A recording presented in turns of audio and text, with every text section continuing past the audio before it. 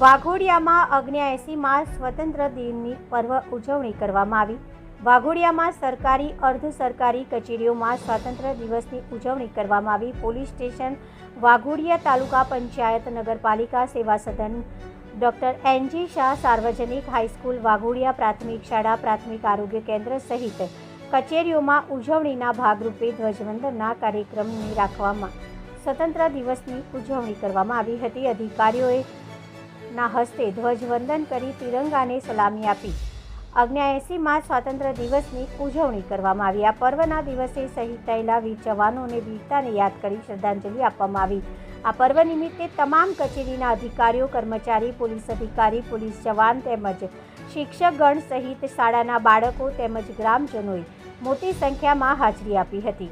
Reporter Maulin Vyas, BA news Gujarati, Waghodia.